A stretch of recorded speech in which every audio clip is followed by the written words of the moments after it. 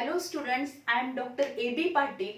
Welcome in this session of respiration and circulation, lecture number 10. In previous lecture, we already discussed about one of the blood corpuscles, that is the leukocytes, and the types of these leukocytes. In this lecture, we will discuss about the thrombocytes, that is platelets. Also, we discuss about the blood clotting and the blood group. So firstly we start about the thrombocytes. Thrombocytes which are also known as platelets. Thrombocytes आपण काय म्हणतो? Platelets. The thrombocytes which are small, oval in shape, then non-nucleated and biconvex. जर आपण बघितलं तर thrombocytes कशा आहेत? सगळ्या जर ब्लड कार्पुस्कल्स कन्सिडर केल्या तर सगळ्यात स्मॉल जर कोणत्या असणार आहेत ब्लड कार्पुस्कल्स त्या कुठल्या आहेत? प्लेटलेट्स असतील. And these platelets which are small, non-nucleated म्हणजे त्याच्यामध्ये न्यूक्लियस absent असणार आहे. त्याचबरोबर त्या कशा आहेत? These are oval in shape and biconvex म्हणजे काय असणार आहे? दोन्ही साइडने अशा फुगीर दिसतील आपल्याला.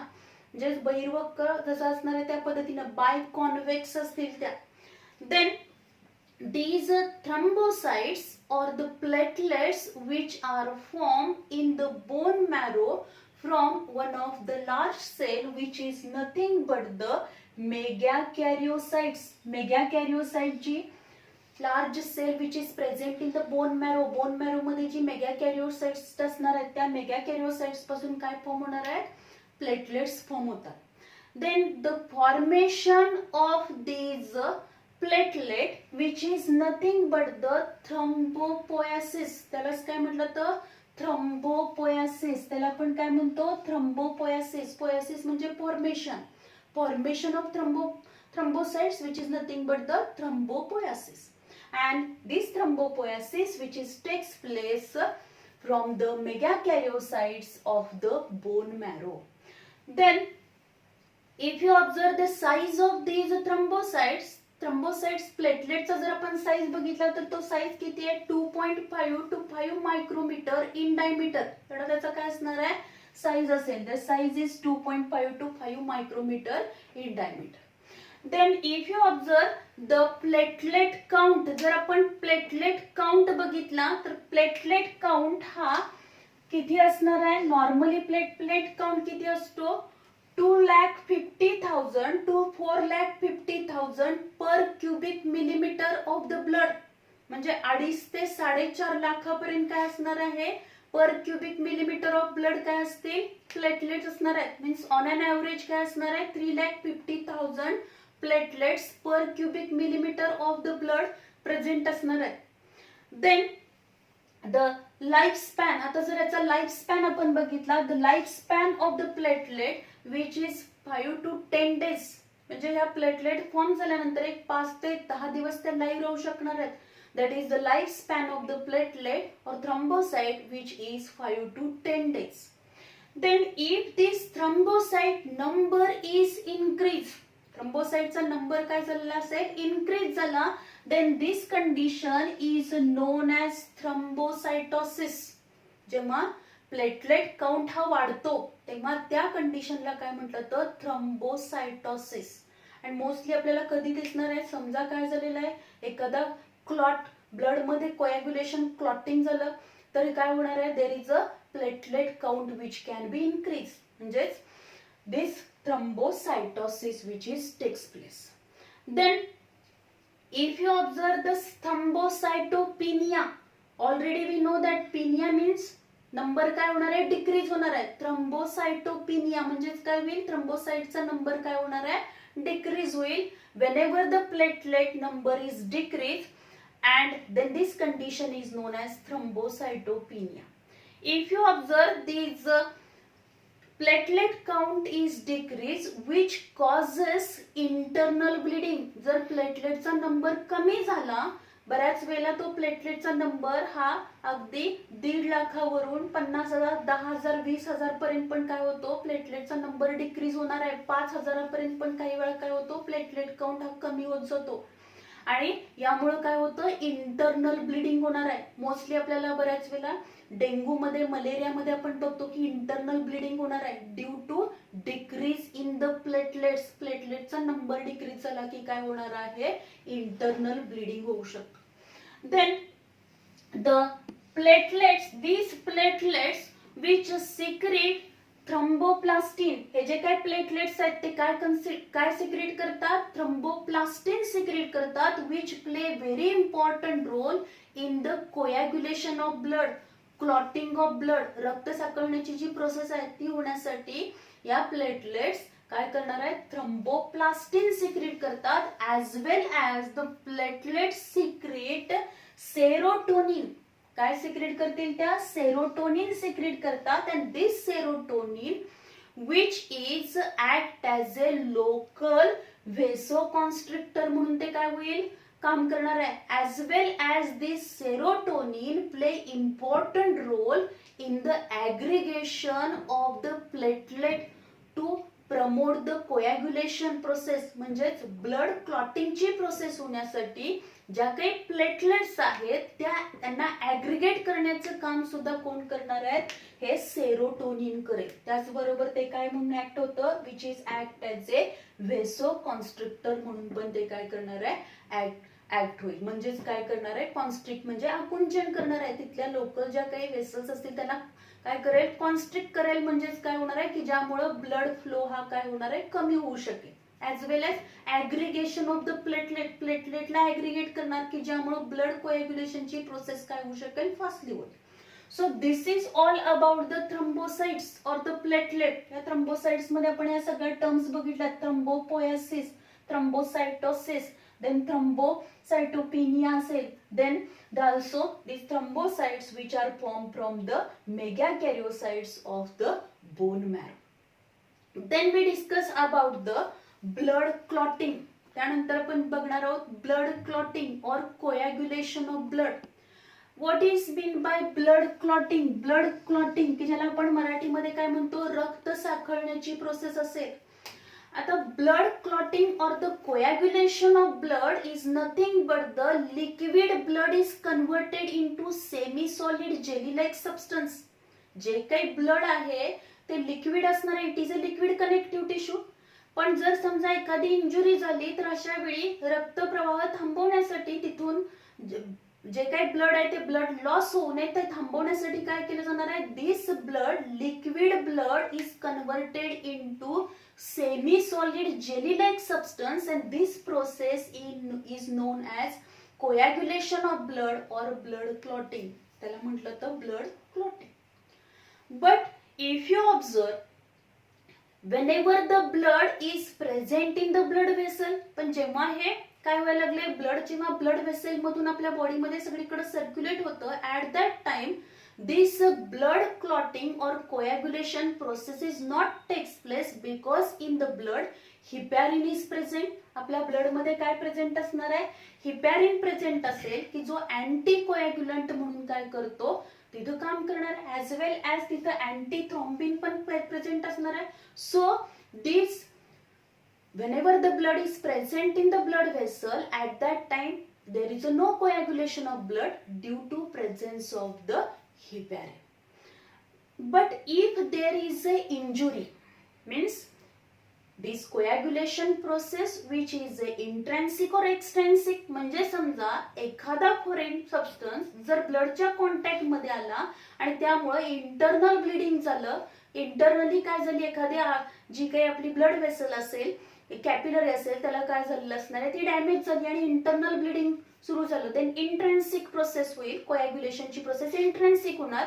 But if there is a externally injury, आपल्या एक्सटर्नली स्किनला कुठेतरी इंजुरी झाली आणि काही आपल्याला लागलं, खरचटलं, तर काय होणार आहे, आपल्या ज्या काही टिश्यू असतील ते डॅमेज होणार आहे, आपली स्किन डॅमेज होईल आणि काय होणार, ब्लिडिंग स्टार्ट होईल.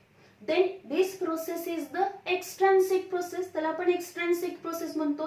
In that means externally injury झाली असेल किंवा internally injury झाली असेल तर bleeding start होतं आणि at that time this coagulation process is start. त्यावेळी काय होणार, ब्लड क्लॉटिंगची, ब्लड कोॲग्युलेशनची प्रोसेस सुरू होईल. Either it is takes place by the intrinsic or the extrinsic way. Then if you observe, if there is any injury to the capillary असेल किंवा कोणत्याही blood व्हेसलला जी काही इंजुरी झाली आणि सपोज ही ब्लड व्हेसल काय झाली, डॅमेज झाली, आणि डॅमेज झाल्यानंतर काय होणार आहे, याच्यामधून ब्लिडिंग काय व्हायला लागलं, स्टार्ट झालं.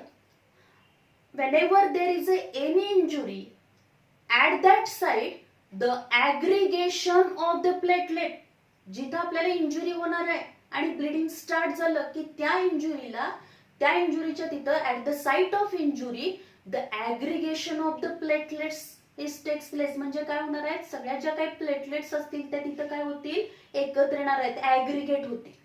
And these platelets which are aggregate and they secrete or they release the thromboplastin. आता ऑलरेडी आपल्याला माहिती आहे की ज्या प्लेटलेट्स असणार आहेत त्या प्लेटलेट्स काय करतात, थ्रोम्बोप्लास्टिन सिक्रेट करतात. आता जिथे इंजुरी झाली आहे, ब्लिडिंग स्टार्ट झालेलं आहे, अशा ठिकाणी ह्या सगळ्या प्लेटलेट ऍग्रिगेट झाल्यानंतर त्यांनी काय रिलीज केलेलं आहे, thromboplastin रिलीज केलं. and this thromboplastin play very important role for the formation of one of the enzyme which is nothing but the prothrombinase enzyme or which is also known as thrombokinase enzyme. त्याला thrombokinase पण म्हटलं जातं or the prothrombinase enzyme.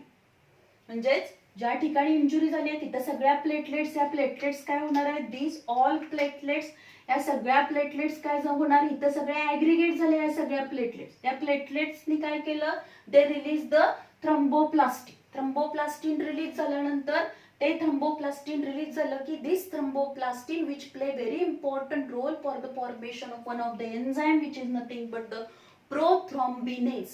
And this prothrombinase, in presence of prothrombinase enzyme, the inactive prothrombin which is one of the protein present in the blood plasma मध्ये हे एक protein आहे की जे इनएक्टिव्ह फॉर्म मध्ये असणार आहे, ते prothrombin which is converted into active form, that is thrombin.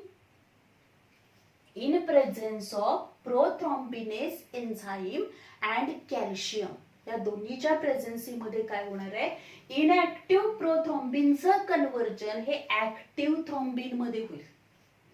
Then this active thrombin which play very important role because in presence of this active thrombin, या active thrombinच्या प्रेझेन्सी मध्ये काय होईल, fibrinogen which is also one of the protein which is present in the blood plasma मध्ये present आहे, त्या फायब्रिनोजेनचं conversion की जे कसं आहे, सोल्युबल फॉर्म मध्ये असणार आहे.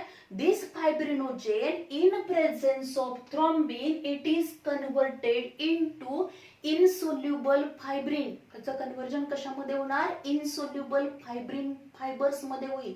And then these all fibrin fibers they form a mesh like structure, जाळ्यासारखं स्ट्रक्चर. ते सगळे धागे एकमेकांमध्ये काय होणार आहेत, they form the mesh like structure and they enmeshes the all these blood cells, platelets, then the plasma.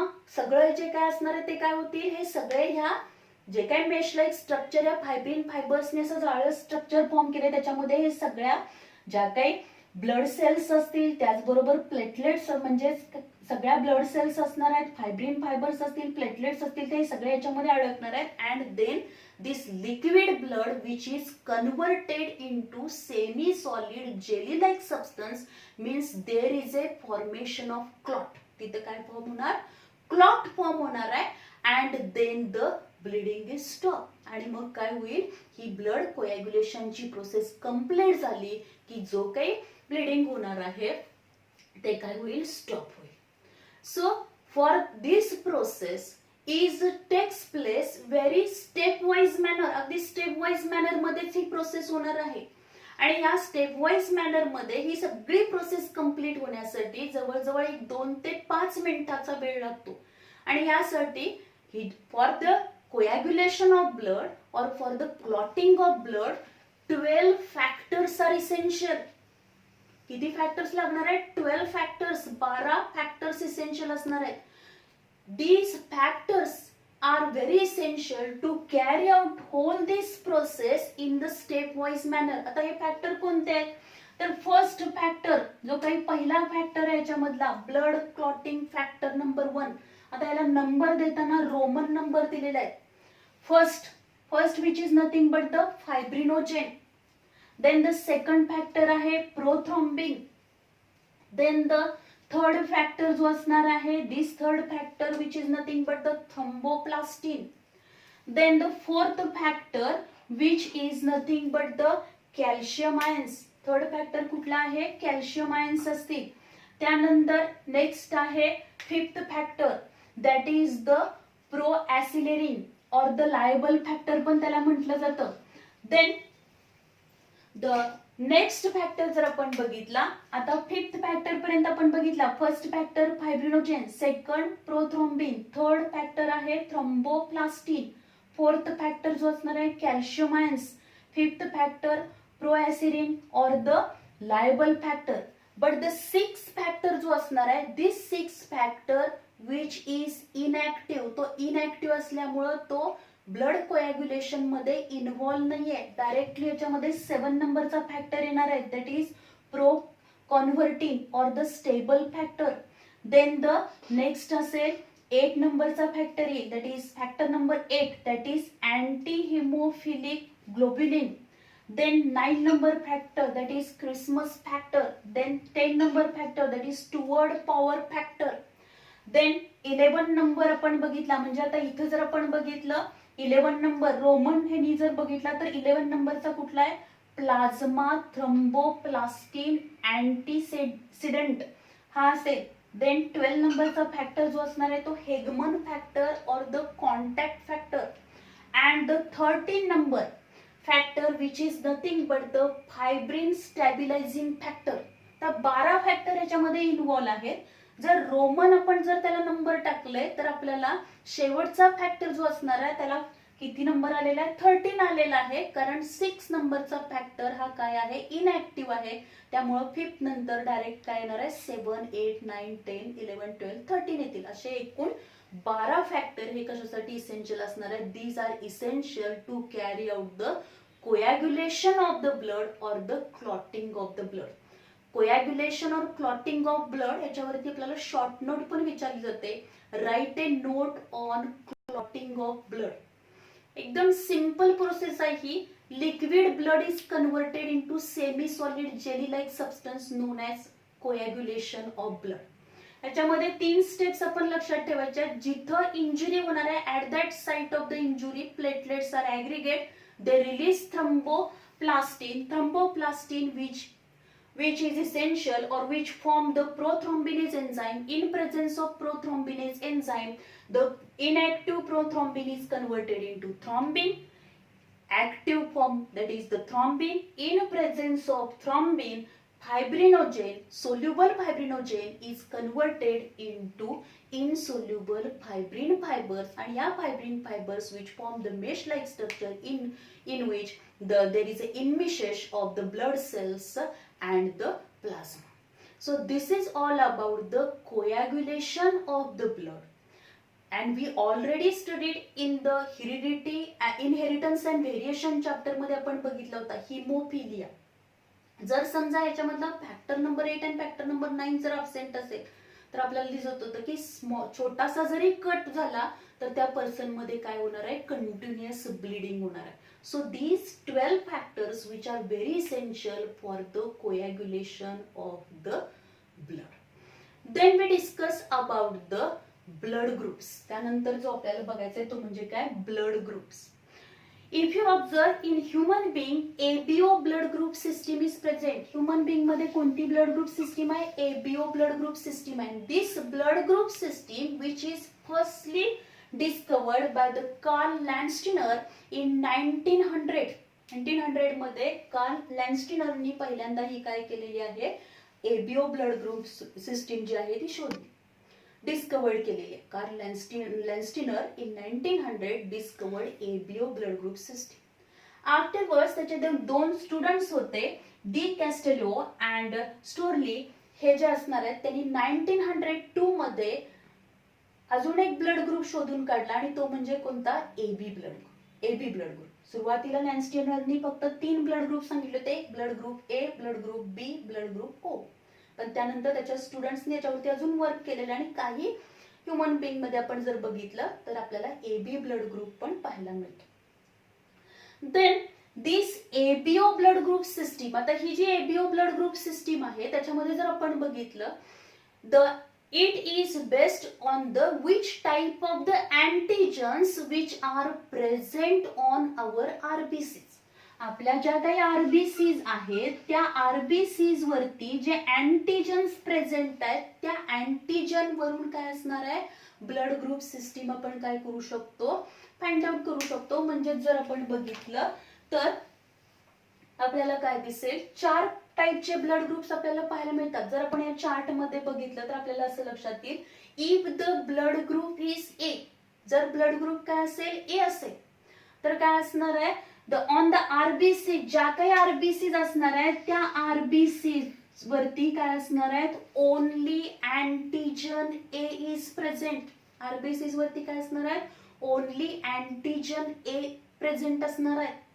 And there plasma, आणि त्याच्या प्लाझ्मा मध्ये जर आपण बघितलं तर काय असणार आहेत, अँटीबॉडीज बी प्रेझेंट असतील. Antibodies which are nothing but the protein, ते एक प्रोटीन आहे की जे इम्युन रिस्पॉन्स साठी काय असेल, प्रोटीन फॉर्म होईल. आणि हा जो काही अँटीबॉडीज बी ह्या कशामध्ये प्रेझेंट असणार आहेत, प्लाझ्मा मध्ये बी अँटीबॉडीज प्रेझेंट असतील. तेव्हा आपण तो ब्लड ग्रुप काय म्हणतो, ब्लड ग्रुप ए असेल.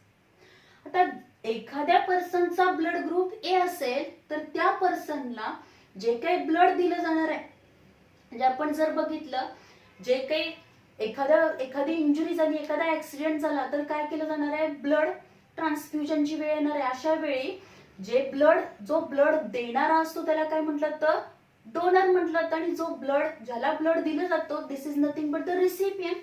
आता हा ज्या पर्सनचा ब्लड ग्रुप हा ए असेल त्या पर्सनला ए ब्लड ग्रुप असलेलंच ब्लड ग्रुप लागणार आहे. त्याचबरोबर ओ ब्लड ग्रुप, ओ सुद्धा काय असणार आहे, ओ ब्लड पण त्याला चालणार आहे. देन बी ब्लड ग्रुप असेल. बी जर पर्सनचा ब्लड ग्रुप बी कधी असणार आहे, इफ ऑन देअर आरबीसीज, त्यांच्या आरबीसीज वरती जर काय असणार आहेत, ह्या बी अँटीजन्स प्रेझेंट असतील, आणि प्लाझ्मा मध्ये काय असणार आहे, तर काय प्रेझेंट असतील, ज्या काही अँटीबॉडीज आहेत त्या अँटीबॉडीज कोणत्या आहेत, ए अँटीबॉडीज प्रेझेंट असतील. Then the blood group is B, blood group कोणता असणार आहे, बी ब्लड ग्रुप प्रेझेंट असेल. जर सपोज ह्या ज्या काही आरबीसीज आहे या आरबीसीज वरती ए अँटीजन पण प्रेझेंट आहे, बी अँटीजन्स पण प्रेझेंट आहेत. Both antigens which are present on the RBCs, RBCs ज्या असणार आहेत त्या आरबीसीज वरती ए अँटीजन पण प्रेझेंट आहे, बी अँटीजन पण प्रेझेंट असणार आहेत. पण त्याच्या प्लाझ्मा मध्ये antibodies, both antibodies are absent. Antibodies A पण नाहीत, अँटीबॉडीज बी पण नाही आहेत, पण आरबीसीज वरती, रेड ब्लड कार्पुस्कल्स वरती, इरिथ्रोसाइट्स वरती मात्र अँटीजन ए आणि अँटीजन बी दोन्ही अँटीजन प्रेझेंट असतील. Then the blood group is A B. त्याला आपण काय म्हणणार आहोत, ब्लड ग्रुप काय असेल, ए बी असेल. जर सपोज आपण बघितलं ओ ब्लड ग्रुप, एखाद्या पर्सनचा ब्लड ग्रुप ओ कधी असणार आहे, when both antigens are absent on the RBCs. RBCs वरती ए अँटीजन पण नाहीये, बी अँटीजन पण नाहीये, पण त्याच्या प्लाझ्मा मध्ये मात्र जर बघितलं आपण तर काय असणार आहे, that is both antibodies are present. Plasma मध्ये ए अँटीबॉडीज पण आहेत आणि बी अँटीबॉडीज पण प्रेझेंट आहेत, पण आरबीसीज वर मात्र कोणतीच अँटीजन नाही. अँटीजन ए आणि antigen B, both antigens are absent on the RBCs, but in the plasma both antibodies are present. Then the blood group is O. तेव्हा त्याला काय म्हटलं तर ब्लड ग्रुप ओ म्हटलं तर. इथपर्यंत आपल्याला हे कळलं. हा आपण त्यानंतर बघू. आता सुरुवातीला ए ब्लड ग्रुप कधी असणार आहे, जेव्हा आरबीसीज वरती अँटीजन कोणते आहेत, ए असतील, आणि अँटीबॉडी प्लाझ्मा मध्ये कोणती असणार आहे, अँटीबॉडीज बी प्रेझेंट असतील.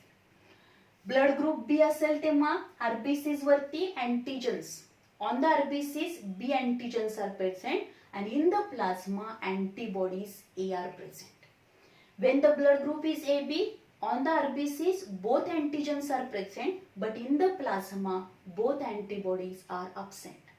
When blood group is O, on the RBCs antigens are absent, antigen A पण नाही, antigen B पण नाही, means both antigens antigen A and antigen B both are absent on the RBCs, but in the plasma both antibodies, that is antibodies A and antibody B are present. Then the blood group is O. तर जर suppose पर्सनचा blood group A असेल तर त्याला blood जर donate करायचं असेल आपल्याला तर त्यावेळी त्याला ब्लड ग्रुप, त्या कुठल्या ब्लड ग्रुपचं ब्लड चालणार आहे, ए ब्लड ग्रुप चालेल, त्याचबरोबर ओ ब्लड ग्रुपचं पण ब्लड त्याला चालणार.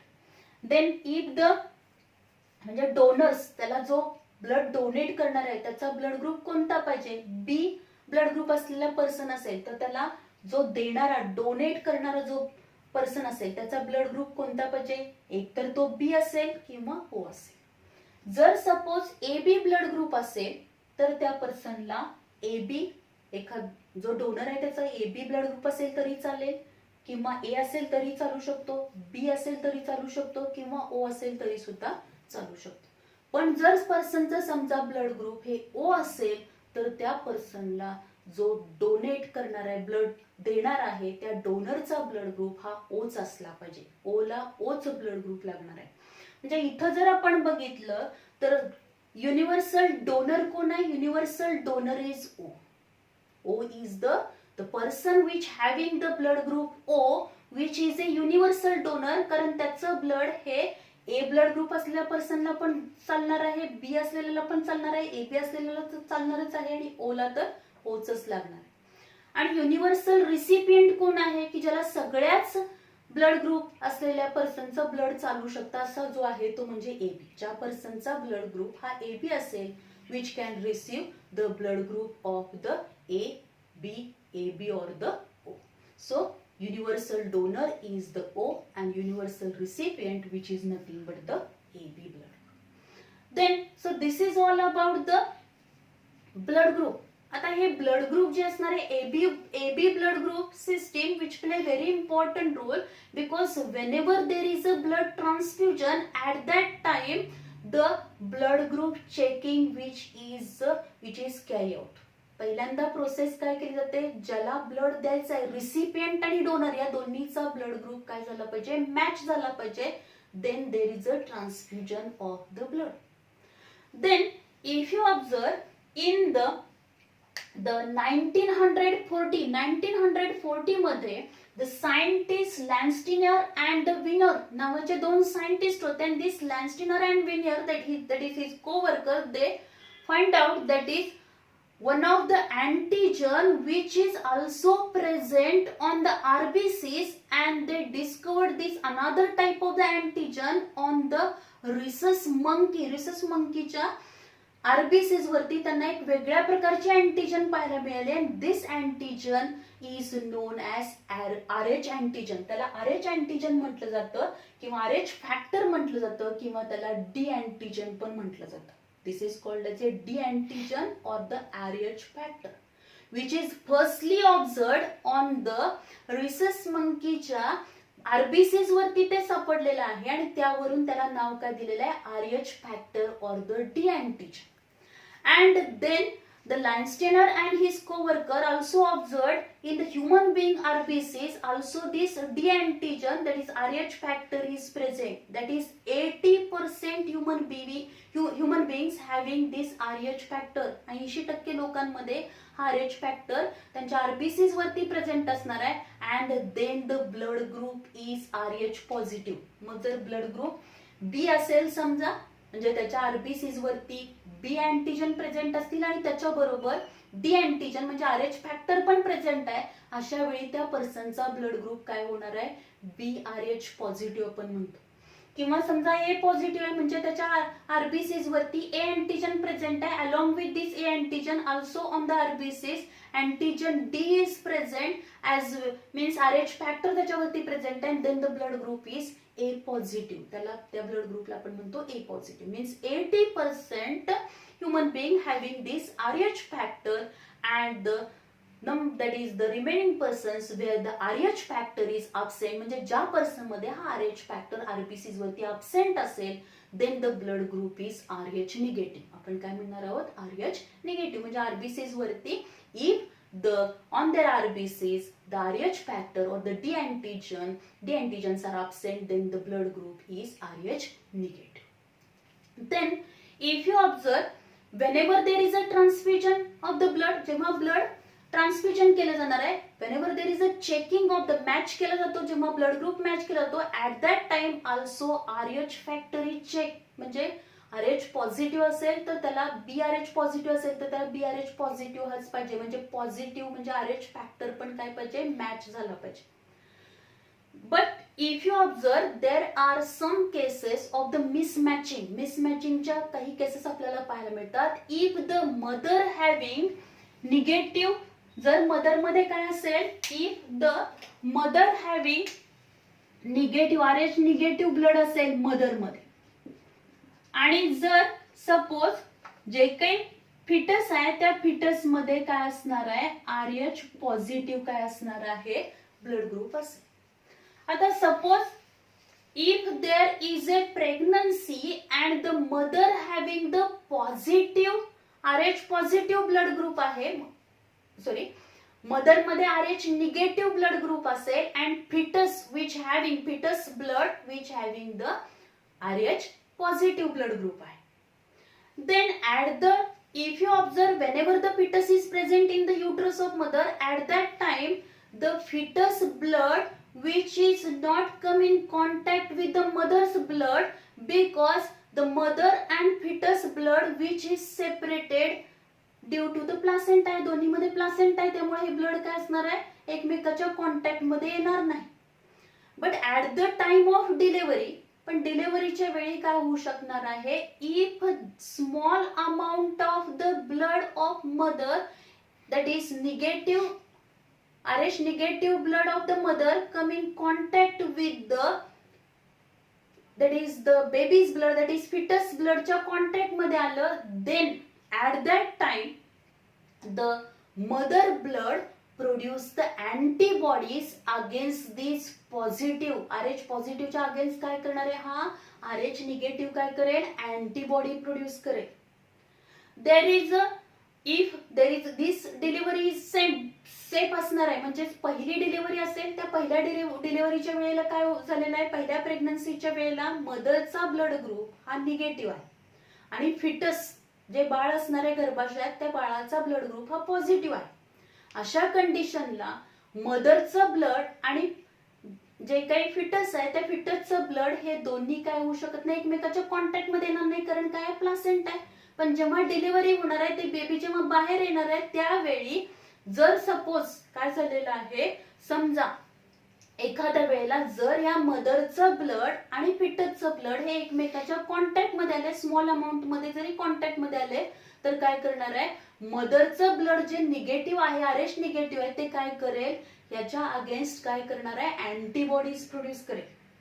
तर suppose if there is a subsequent pregnancy, जर समजा दुसऱ्यांदा तिसऱ्यांदा प्रेग्नन्सी असेल आणि सेम कंडिशन असेल, म्हणजे मदरचा तर ब्लड ग्रुप निगेटिव्हच आहे, पण बाळाचा जर ब्लड ग्रुप फिटसचा ब्लड ग्रुप हा पॉझिटिव्ह असेल, तर अशा वेळी मात्र काय होणार आहे, these antibodies which are produced in the mother मध्ये ज्या अँटीबॉडीज प्रोड्यूस झालेल्या आहेत against the RH positive, they are leak into the blood of the फिटसच्या ब्लड मध्ये त्या लीक होतील अँड दे डिस्ट्रॉय द आरबीसीचं काय करणार आहे, डिस्ट्रक्शन करतील. And due to destruction of आरबीसीचं जर डिस्ट्रक्शन झालं, then there is a condition which is developed which is nothing but the erythroblastosis fetalis. त्याच्यामध्ये काय होतं, erythroblastosis fetalis होणार आहे, erythroblastosis fetalis होतं, म्हणजेच काय होणार आहे, severe anaemia and jaundice to the baby. त्या बेबीला काय होतं, सिव्हिअर जॉन्डिस अँड द काय होऊ शकणार आहे, अॅनिमिक कंडिशन डेव्हलप होणार, कारण जास्त प्रमाणात आरबीसीज काय होणार आहे, ब्रेकडाऊन होतील.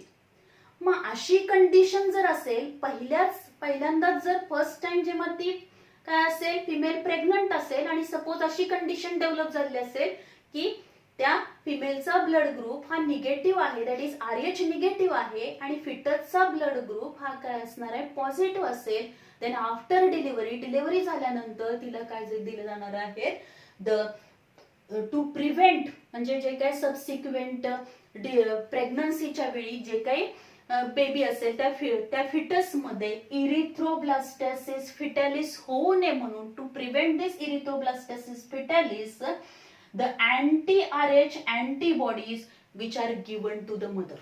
काय केले जाणार आहेत द anti-RH antibodies ह्या काय केले जाणार आहेत इंजेक्टेबल दिले जातात की ज्याच्या सबसिक्वेंट डिलिव्हरी मध्ये सपोज अशीच कंडिशन डेव्हलप झाली तर काय होणार नाही हा जर आपण बघितलं erythroblastosis fetalis this condition which is not occur in the subsequent pregnancy त्यावेळी त्या चाइल्डला कुठल्याही प्रकारचा धोका राहणार नाही कारण जर अशी कंडिशन डेव्हलप झाली तर त्यामध्ये काय होणार आहे which is fatal to the foetus म्हणजे जीव घेणं होऊ शकतो त्याच्यामध्ये त्याची डेथ पण होऊ शकते त्यामुळं पहिल्याच डिलिव्हरीच्या वेळेला काय केलं जातं आफ्टर डिलिव्हरी पहिली डिलिव्हरी झाल्यानंतर त्या मदरला काय केलं जाणार आहे anti-RH antibodies which are given to the mother. So this is all about the blood group, then the coagulation of the blood that is blood clotting and the thrombocytosis that is platelets. So all these points we discuss here and in the next lecture we will start about the structure of heart. Thank you very much.